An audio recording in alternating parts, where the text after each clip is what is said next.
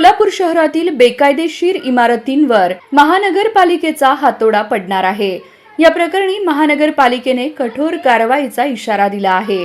नगर रचना विभागाने 28 इमारती पाडण्याचा प्रस्ताव तयार केला असून तो महानगरपालिका आयुक्त ओंबासे यांच्याकडे सादर करण्यात येणार आहे। महापालिकेच्या बेकायदेशीर परवाना प्रकरणात एकूण 96 इमारती अडकल्या आहेत। त्यापैकी 68 इमारती दंड भरून नियमित करण्यात येणार आहेत, तर उर्वरित 28 इमारती पाडण्यासाठी नोटिसा जारी करण्यात येणार आहेत।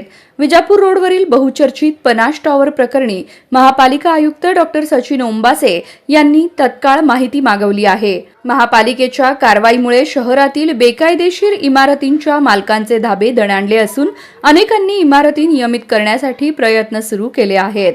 महापालिकेच्या या कारवाईनंतर भविष्यात परवानगीशिवाय होणाऱ्या बांधकामांना आळा बसेल असा अंदाज व्यक्त केला जात आहे।